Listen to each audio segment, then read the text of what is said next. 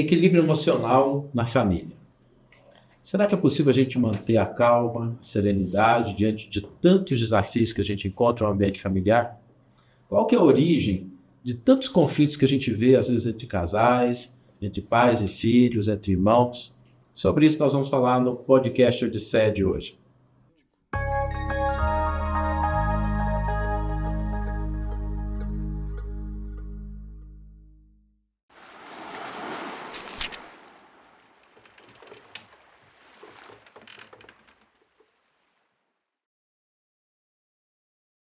Olá, pessoal, sejam bem-vindos a mais um podcast Odisseia, um podcast dedicado ao desenvolvimento humano e pessoal. Eu sou Saulo César e junto comigo está meu querido amigo, irmão Haroldo Dutra Dias, para falarmos de um tema desafiador: equilíbrio emocional na família. Tudo bem, Haroldo? Saulo, tudo bem? Queria cumprimentar o nosso público e dizer que o podcast Odisseia está de novo com toda a força nesse momento especial de reflexão.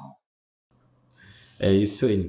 Haroldo, eu quero começar já colocando uma pergunta que pode ser desafiadora, mas acho que é importante a gente endereçar ela logo de cara. A família é o primeiro ambiente do nosso desenvolvimento humano, psicológico, mental. E esse ambiente, às vezes, ele é um desafio para a nossa saúde emocional. Saulo, especialmente nos dias de hoje, porque se nós pensarmos assim na nossa geração, se a gente pensa 50, 100 anos atrás, eu não acredito que a família fosse tão desafiada por aspectos externos como hoje. Porque geralmente as pessoas moravam em cidades pequenas, o deslocamento era muito mais lento. Você, para ter acesso ao que estava ocorrendo numa outra cidade, demorava às vezes horas, às vezes dias. Né? Você ter acesso ao que estava acontecendo no outro país, meu Deus, era um mês, 2 meses que a notícia chegava. Chegava com navio, era tudo jornal impresso. Mas hoje não, Saulo. Hoje todos os lares têm janelas para o mundo. Com as redes sociais, com a internet, nós estamos sendo influenciados em tempo real por tudo que acontece em todos os pontos do planeta. Eu acho que isso estressou um pouco as relações familiares. A estrutura da família, o modelo tradicional de família, especialmente as relações. Né? Não sei o que você acha, mas eu sinto isso. Eu acho interessante porque realmente a gente vê, nos relacionamentos conjugais, por exemplo, os casais são expostos a coisas que não eram expostos antes, né? Padrões de beleza, padrões de comportamento, padrões, estilos de vida. E isso acaba gerando, às vezes, expectativa de um lado, expectativa do outro, que nem sempre corresponde à realidade daquele casal. E nas relações entre filhos também, eu acho que talvez aí seja o maior desafio, porque aí nós temos, além de uma mudança muito grande na velocidade com a qual as coisas acontecem, que a gente tem acesso, um domínio de um mundo que, vamos ser francos, né? Os jovens dominam e os pais muitas vezes não conseguem operar dentro dele, que é o universo digital, que é o universo das redes sociais. A gente vê muitas vezes o pai e a mãe que mal tem ali um Facebook, enquanto o filho ele opera pelo Discord, ele interage pelo Twitter, ele opera com redes que, se colocar na mão dos pais, talvez eles tenham dificuldade, mas por ignorância, no sentido, né, de ignorar mesmo. E então a gente vê um choque de gerações num sentido nunca visto, que é uma geração que ela é incapaz de enxergar o que está acontecendo com a outra. Porque a outra vive num Exato. mundo que não é o que os pais vivem. Exatamente. Exatamente. Você cria quase que dois universos paralelos, porque se antigamente você tinha um acesso direto ao ambiente do seu filho, da sua filha, porque você ia à escola, ele convivia ali dentro de casa, ele brincava na rua, em frente de casa. Hoje, Saulo, os nossos filhos acessam redes e eles se comunicam numa linguagem que você quase que precisa aprender um outro idioma para você entrar nesse universo deles. É E quase mesmo que eles hierógrafo estejam. egípcio, né? A quantidade de emojis, e os emojis às vezes com um sentido que ele é duplo. A pessoa precisa realmente se versar numa língua diferente. Você tem que aprender uma outra língua. E essa percepção de que, minha filha, meu filho está ali no quarto, então ele está aqui dentro de casa, ele está seguro, é uma falsa percepção. Porque nesse universo das redes, ele pode estar sendo influenciado, influenciada por pessoas muito perigosas. As referências que esse jovem, que esse adolescente tem, quem ele está seguindo, quem ele está ouvindo, quem está participando da formação desse jovem, pode ser pessoas que de causar arrepio em qualquer um de nós que tem mais experiência. E por essa imobilidade dos adultos de entrar nesse mundo paralelo deles, de aprender essa língua, você tem proximidade física, mas não tem conexão emocional. Tocou num ponto importante, Haroldo, a parte emocional, porque o efeito disso, se você está estudando, você está fazendo pós-doutorado em Harvard, de neurociência, estudando parte sobre depressão, sobre emoções, Yeah. o jovem ele está preparado emocionalmente para lidar com isso, porque o que me vem à cabeça? Se a gente pensar na nossa geração, nas gerações anteriores, do ponto de vista fisiológico, neurológico, nós não somos tão diferentes assim, né? A nova geração ela não tem um cérebro diferente do cérebro da geração anterior. Mas ela é exposta a um volume de estímulos, a uma diversidade de estímulos muito grande. E isso afeta de maneira intensa essa circuitaria emocional, as nossas emoções? Saulo, essa é uma questão muito interessante, porque nós sabemos que a adolescência, ao contrário do que muita gente pensa, a adolescência não é uma coisa cultural. Não interessa em qual país você vive, qual língua você fala, em qual cultura você está inserido. A adolescência é um fenômeno neurobiológico. O cérebro está amadurecendo ainda. Partes do córtex pré-frontal, que é aquela região do cérebro ligada à racionalidade, ponderação, bom senso, regulação emocional, essa parte não está amadurecida no adolescente. Por isso que ele é tão impulsivo. Por isso que às vezes ele tem umas reações exacerbadas, descontroladas. Além disso, eu uso uma metáfora que eu acho que é legal de entender, né? Que o adolescente é uma Ferrari que está andando pelas ruas, mas está sendo construída ainda. Então ela dá umas aceleradas, dá umas freadas assim meio estranhas, porque o sistema está sendo calibrado ainda. As coisas estão chegando no eixo, né? Haroldo, do ponto de vista neurológico, né, do ponto de vista fisiológico, a parte emocional ela já está preparada para reagir e a parte mais racional é que está amadurecendo e talvez por isso aquele estímulo desperta a parte emocional e ainda não tem ainda uma contrapartida racional para poder, não vou dizer fazer face e contra, porque o objetivo não é esse, né? A racionalidade não deve trabalhar contra as nossas emoções, mas ela ainda não está suficientemente amadurecida para poder lidar com É, esses estímulos. E quando esses estímulos são uma avalanche, como a gente vê no mundo atual, pior ainda, né? Saulo, é interessante você ter falado isso, porque seguindo nessa metáfora da Ferrari, a parte emocional é o motor da Ferrari. Essa parte está completa no adolescente, porque essa parte é muito antiga. É a parte mais antiga da evolução. Tanto que você olha para o seu pet, para qualquer animal, ele tem uma parte emocional muito bem desenvolvida. Então, o adolescente ele tem um motor de Ferrari. O que ele está construindo é o volante e o câmbio. Então, assim, tem a potência do motor, mas nem sempre tem a direção. Ele não sabe, ele não tem um controle ainda. Para onde que esse carro vai? E ele não consegue o câmbio, ele não consegue dosar intensidade, proporção. Por isso que às vezes é tudo tão desproporcional. Por isso que às vezes tudo assume uma dimensão exagerada, exacerbada, né? E aí vem esse aspecto que você falou. Nenhum adolescente de 50 anos atrás era exposto à quantidade de estímulos que um adolescente é exposto hoje.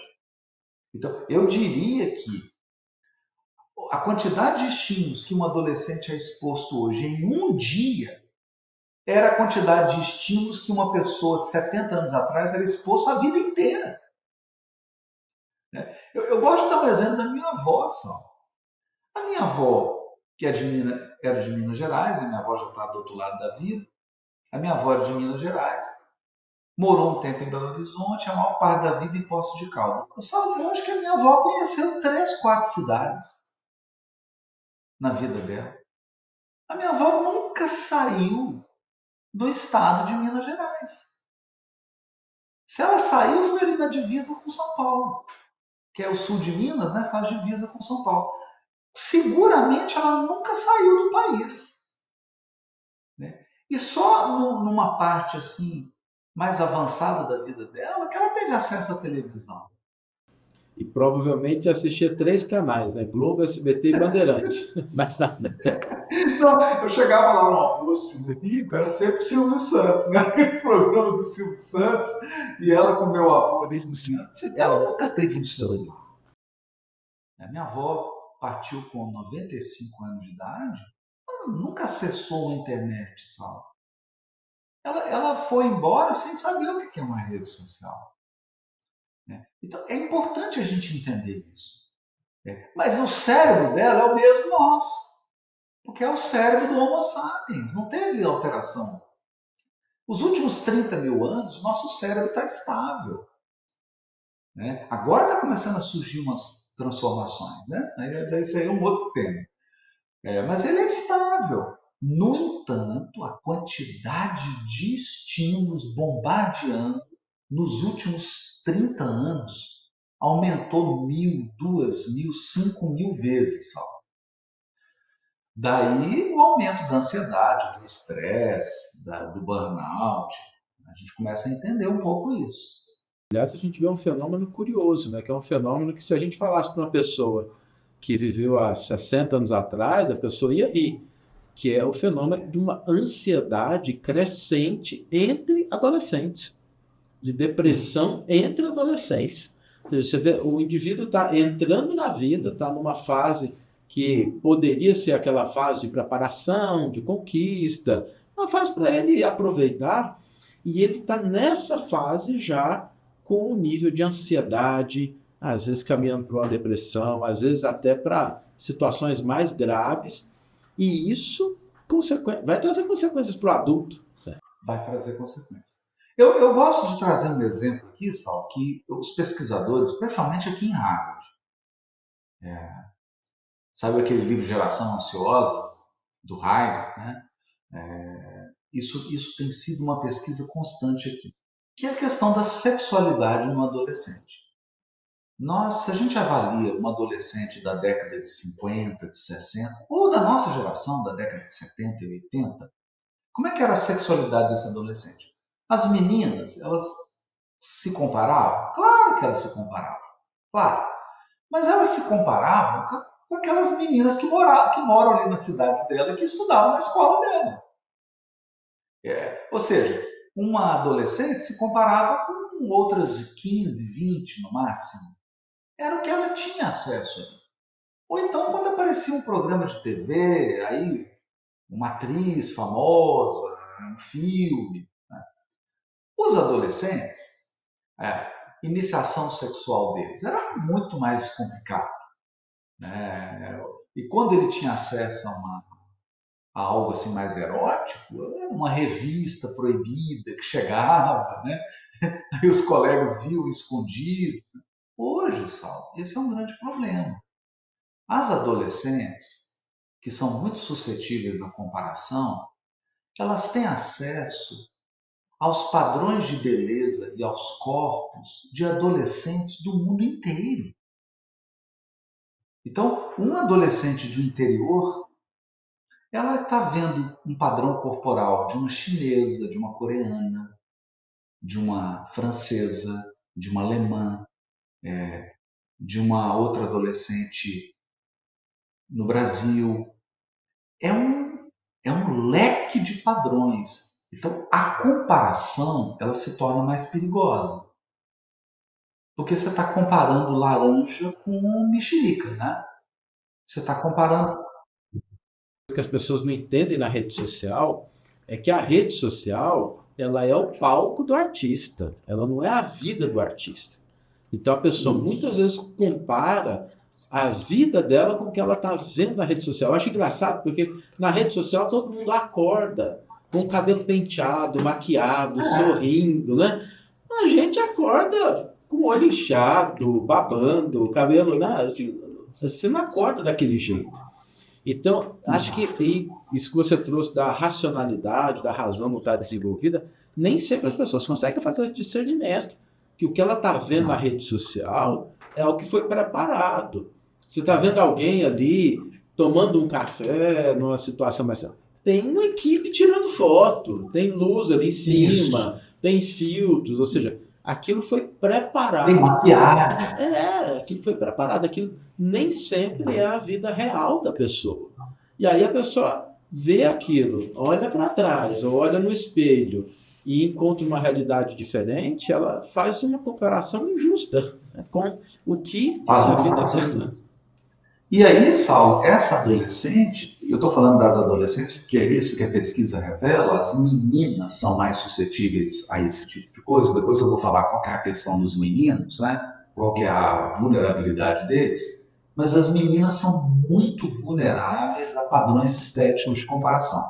Peso, cabelo, roupa, aparência. E é isso aí, você está comparando com uma adolescente, às vezes, de uma outra etnia, que, portanto, tem um fenótipo que é diferente do seu, e que está maquiada e que está exibindo uma imagem que é cheia de filtros. E aí essa adolescente começa a alimentar uma expectativa de que 24 horas por dia ela tem que estar igual àquela adolescente que está maquiada num cenário. Você sabe que é interessante isso? Eu me lembro de uma frase da Audrey Hepburn, que ela falou que ela tinha muita dificuldade com os casamentos, porque os homens se casavam com as personagens dela. E quando tinham que lidar com a pessoa que ela era, alguns não conseguiam fazer essa diferença. Então ela tinha dificuldade para se sentir amada, porque as pessoas se casavam com pessoas. E isso naquela época, né? Estamos falando há décadas atrás, né? Imagina hoje, né? E aí é muito difícil uma pessoa manter espontaneidade, manter autenticidade, se ela tem sempre que corresponder a um padrão que é um padrão de cenário, que é um padrão de set de filmagem. E aí o que acontece? As meninas são mais suscetíveis a transtornos de imagem. Então elas começam ficam suscetíveis a anorexia, bulimia, ou transtornos mesmo de imagem. Ela não se enxerga como ela é. Isso tem um impacto na autoestima. Elas começam a ficar muito ansiosas e a automutilação em jovens adolescentes aumentou 5 vezes. É preocupante isso. Os meninos, os adolescentes, têm outra vulnerabilidade. Eles vão mais para o videogame e para a pornografia. E aí é uma questão complicada, porque é uma pornografia mundial, então você tem acesso a todos os corpos do planeta, a todos os tipos de corpo, né? Você tem uma excitabilidade que é gigantesca, que não corresponde à vida real, né? Porque, mais uma vez, ali são pessoas que estão maquiadas, que estão com luz, que estão num cenário e você coloca 6 telas ao mesmo tempo. Cada tela com um corpo diferente, com uma mulher diferente. E os videogames que apresentam uma dinâmica que mexe muito com o sistema límbico, gera dependência, gera compulsão e são muito rápidos. Aí o que acontece?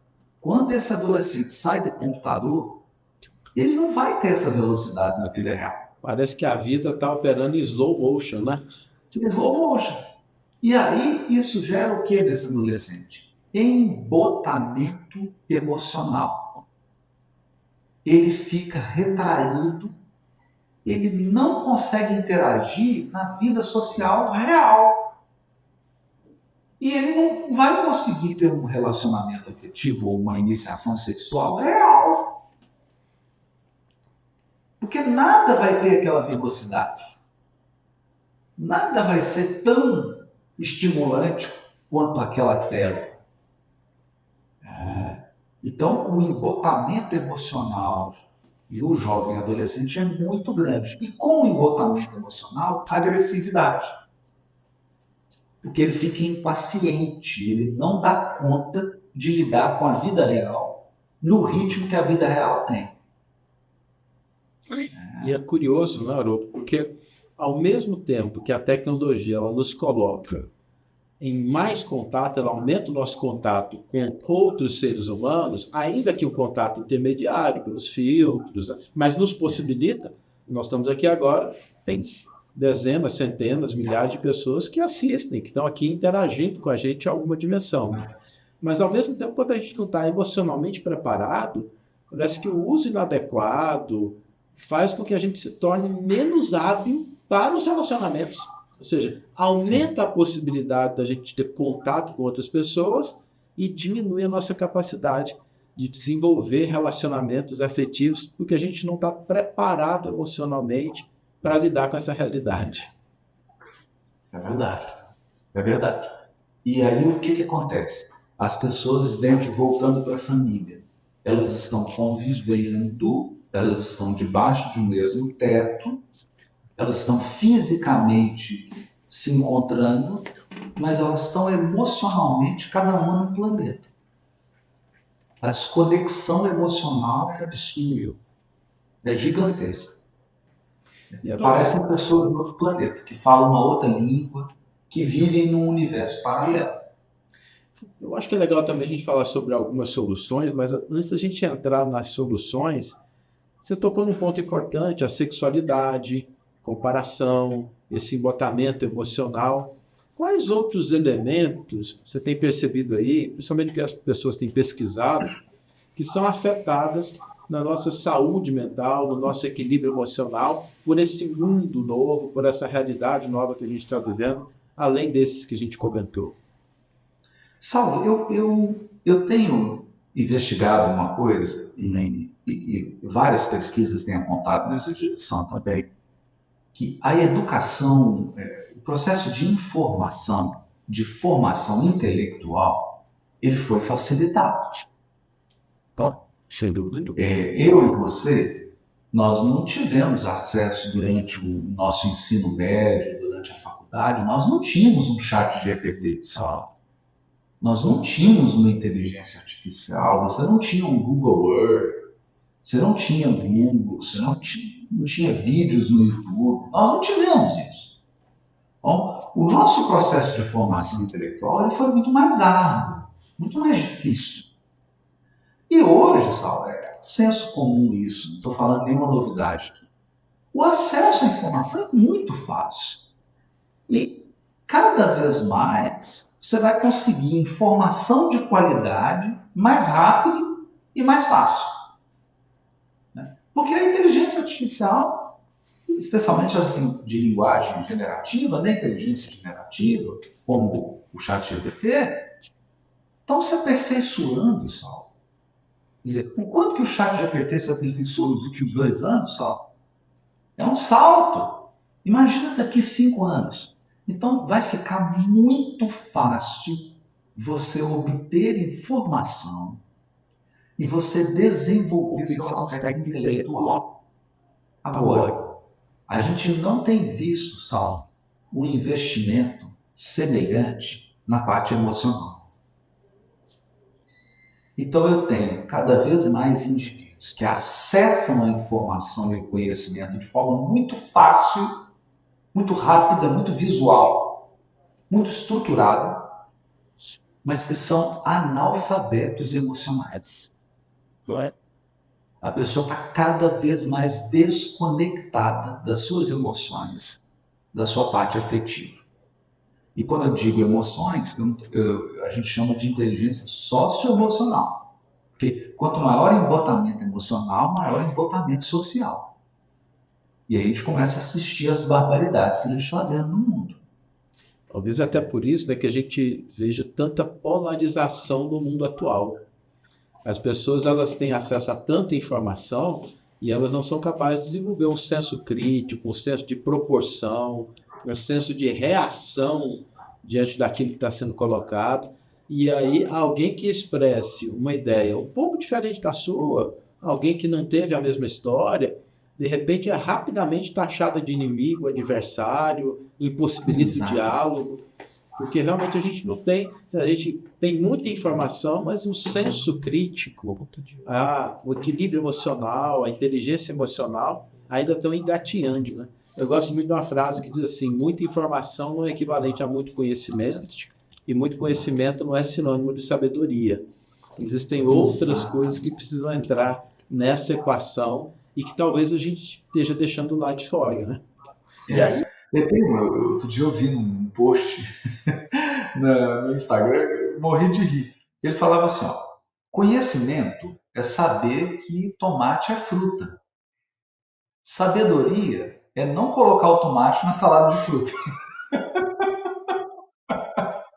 Porque a sabedoria, ela vem dessa convivência social, ela vem da interação com os outros seres humanos. É isso que você falou.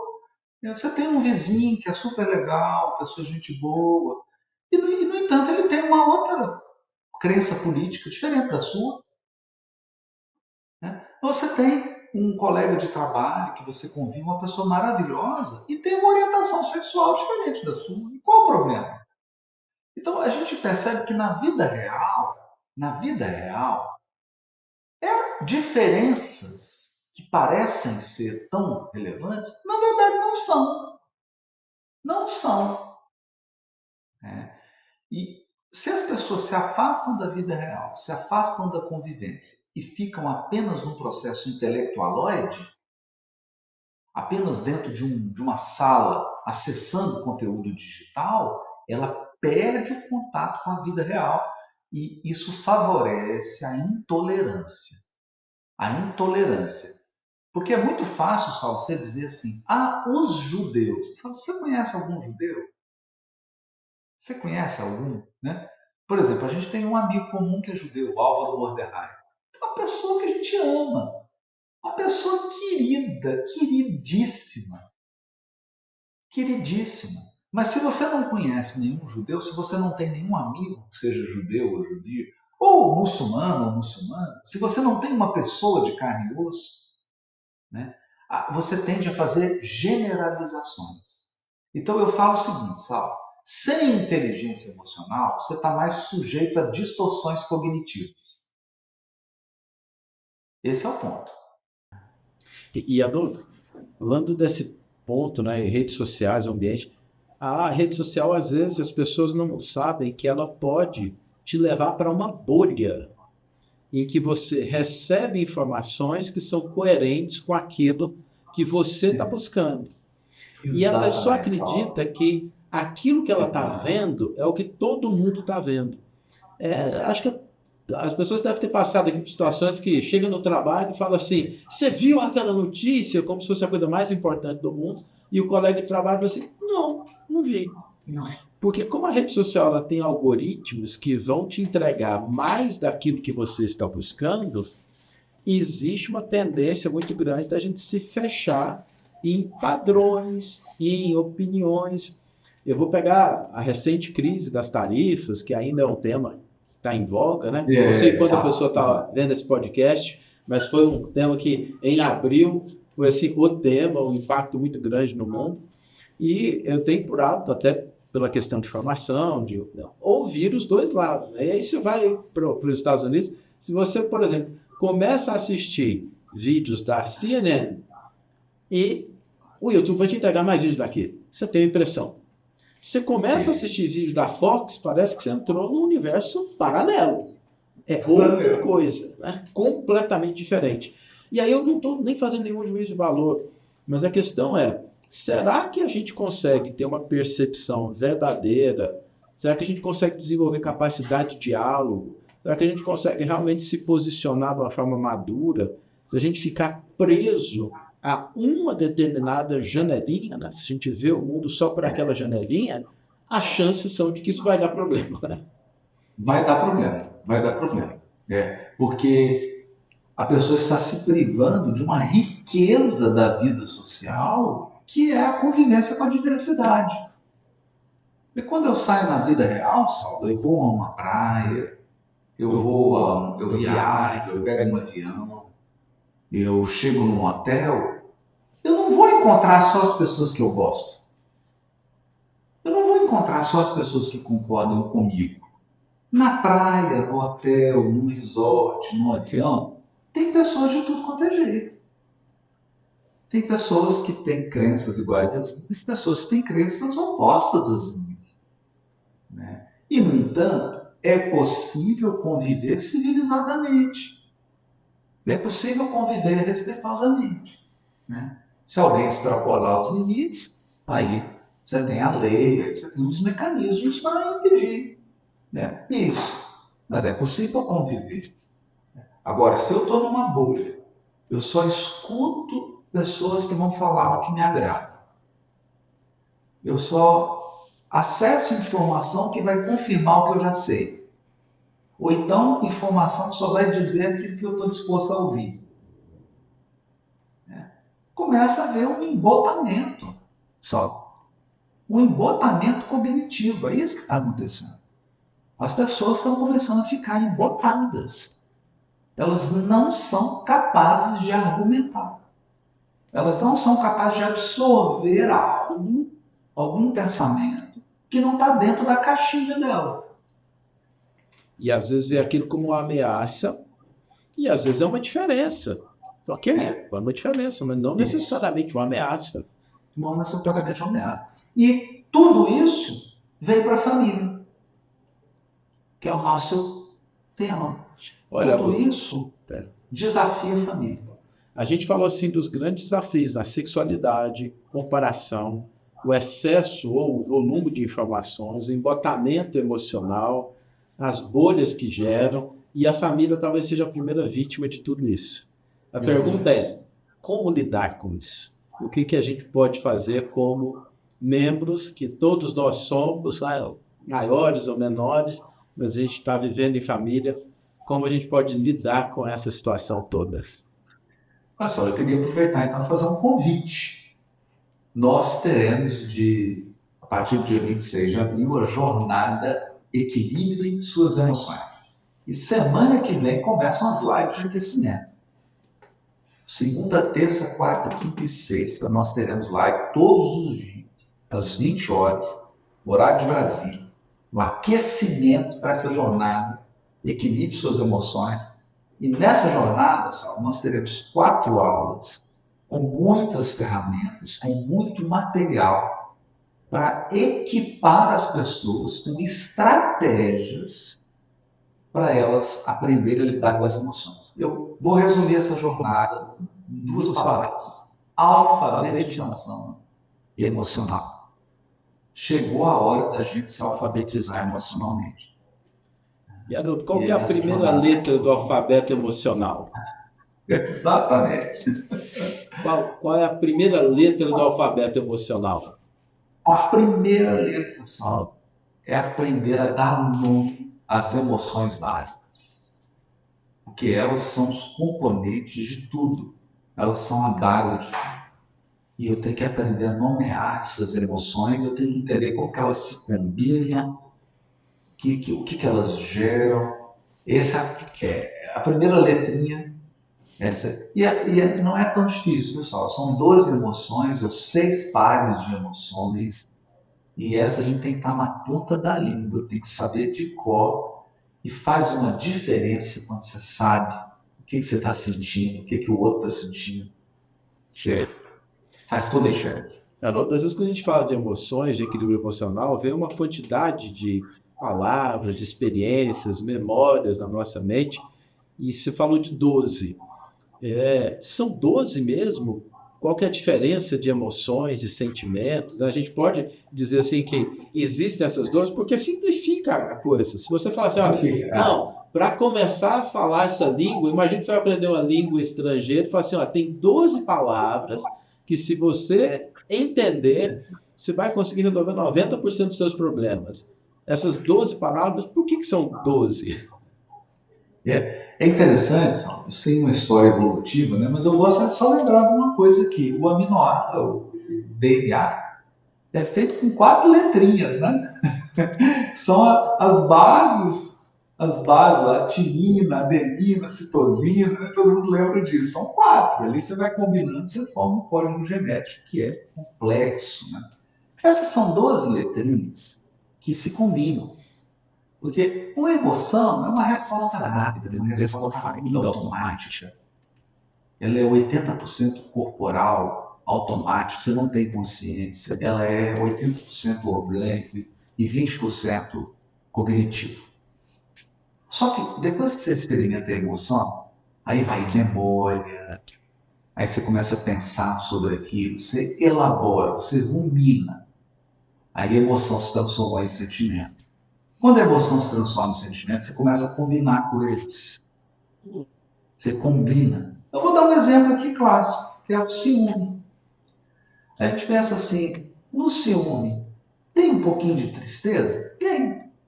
Você fica triste com a situação ou com a pessoa. Tem um pouquinho de raiva? Tem muita. No ciúme, o que mais tem é raiva. Você está com raiva da pessoa ou da situação. Tem medo? Tem. O ciúme tem um pouquinho de medo. Medo de perder, medo de não corresponder. Então, veja, um sentimento simples, corriqueiro, olha o tanto de componente que tem dele. E além disso, desses componentes, tem assim, qual que é a história de ciúme na sua família? Como é que as pessoas da sua família lidam com ciúmes? O que você aprendeu sobre isso? O que você está reproduzindo da sua família? Quais são as suas crenças sobre relacionamento? Porque isso vai impactar seu ciúme. E aí a gente aprende, Saulo, que sentimentos como ciúme são muito subjetivos, é uma construção individual. Porque são os mesmos componentes, mas você tem a sua receita, eu tenho a minha. E isso leva a uma confusão que a gente vê frequentemente. As pessoas estão dialogando, falando sobre o que elas estão sentindo, mas o que aquela palavra significa para ela, às vezes é diferente do que aquela palavra significa para o outro, para o cônjuge, para o companheiro, para a companheira, para a pessoa que está do lado ali. E como é que resolve esse problema? Será que tem jeito da gente começar a aprender a ler as emoções dos outros, a gente se tornar mais hábil, não só em falar, mas também em escutar, não só em conhecer as nossas emoções, mas reconhecer essas emoções dos outros? A gente tem falado muito aqui no Odisseia, nesse tema de equilíbrio das emoções, que eu só aprendo aquilo que eu considero importante. Então, se eu julgo que algo não tem importância, eu não vou aprender. Então, primeiro eu tenho que considerar aquilo importante. Emoções, equilíbrio emocional é uma coisa importante. Então, na jornada, nós vamos mostrar a importância disso. Qual que é a nossa expectativa? Que quando as pessoas entenderem a importância desse tema, elas vão querer aprender. E quando você está aberto para aprender, o que você vai fazer? Você vai interagir com a sua esposa, com o seu marido, com os seus filhos, você vai ficar atento. O que ele está sentindo? Deixa eu perguntar para ele. Ao invés de julgar e de tirar conclusões, pergunta. O que você está sentindo? Como é que você está se sentindo em relação a isso? O que está acontecendo? Eu estou assim. Por que você acha que você está sentindo isso? Porque a gente vai aprendendo quais são as lentes emocionais que aquela pessoa utiliza para interpretar o mundo, ela mesma e as suas relações. São lentes. Se eu não entendo essas lentes, vai acontecer isso aí. Você está falando, nós estamos usando a mesma palavra, mas para mim tem um significado, para você tem outro. A palavra ciúme. Você pode usar a palavra ciúme para uma pessoa significa uma coisa, para outra é outra completamente diferente. Porque a maneira como ela montou o ciúme, a maneira como ela vive esse sentimento é diferente. Não é igual. Né? Nada como ouvir, nada como acolher, nada como prestar atenção. Entender que isso é importante, eu preciso olhar para isso. Começou a olhar, começou a prestar atenção, você começa a aprender. É incrível. Eu lembro uma situação que aconteceu no trabalho, uma vez eu estava numa reunião em final de expediente, e aí uma pessoa começou com um comportamento e chamou a atenção das outras, e aí uma mais corajosa virou e falou assim: Fulano, você está com raiva? Eu falei: não estou com raiva não. Não, mas você está ansioso? Não estou ansioso não. O que foi? Eu estou com pressa porque eu tenho que pegar meu carro na concessionária, na oficina. Ou seja, a pessoa estava olhando aquela reação da pessoa: não, está com raiva? Está ansioso? Não, estava com pressa, estava preocupado com pegar o carro na oficina. E às vezes a gente não pergunta isso, a gente simplesmente julga, avalia e começa a lidar com aquilo que a gente avaliou e muitas vezes conduz a gente a julgamentos muito equivocados. A gente presume, né? Você presume. Eu presumo que o Saulo está sentindo isso. Não presumo. Pergunte. Então, Saulo, como é que você está vendo isso aí? Qual é a sua sensação disso? Poxa, isso aí eu estou vendo dessa maneira. Tá? Minha sensação é essa. Quer dizer, não presuma, pergunte. Isso é parte do equilíbrio emocional. É parte. Outro dia eu estava assistindo um programa, um grande guitarrista, Pat Metheny, é um dos maiores guitarristas do mundo, né? Jazz, e aí a pessoa perguntou para ele algo, ele tem uma resposta tão inusitado. Perguntou por que quando ele tocava assim, ele toca as notas tão dentro, tão bem colocadas, né? Ele falou: olha, é porque quando eu estou tocando, eu imagino que eu estou sentado na plateia ouvindo. Então eu toco para a pessoa que está ouvindo. Eu achei isso tão incrível, porque no mundo da questão emocional, das interações humanas, é assim também.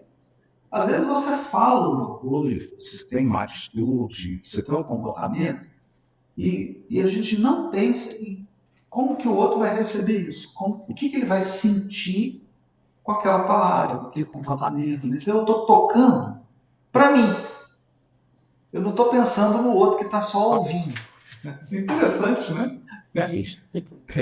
Interessante. Bom, o tempo voa, o tempo é maravilhoso quando a gente está discutindo isso. Lembrando que a gente está numa série falando sobre bem-estar psíquico, equilíbrio emocional. Falamos no podcast sobre trabalho, agora está falando sobre família. Quem ainda não se inscreveu, aproveita. Se inscreva nessa jornada, ela é gratuita, né? Disponível 100% online para a pessoa poder participar de onde ela quiser. E, Haroldo, uma dica final para as pessoas se equilibrarem emocionalmente. Se você pudesse colocar alguma coisa no Instagram de todas as pessoas, mudou uma frase para as pessoas se equilibrarem emocionalmente, o que você diria? Eu diria que emoções são como o aparelho de som na sua casa. Se você não regular o volume e se você não calibrar ali o grave e o agudo, o som fica insuportável.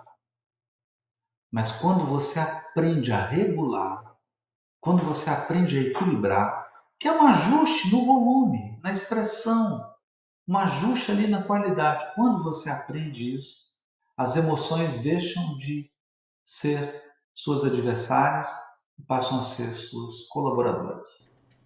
Excelente, excelente. Agradecendo você que nos acompanhou até aqui no podcast Odisseia. Lembrando que deixar seu comentário, deixar seu like, compartilhar isso, ajuda para que esse conteúdo, para que essa mensagem chegue para mais pessoas. É claro, se você gostou do que você ouviu, e nós te aguardamos no próximo podcast Odisseia. Um abraço e até lá. Um abraço.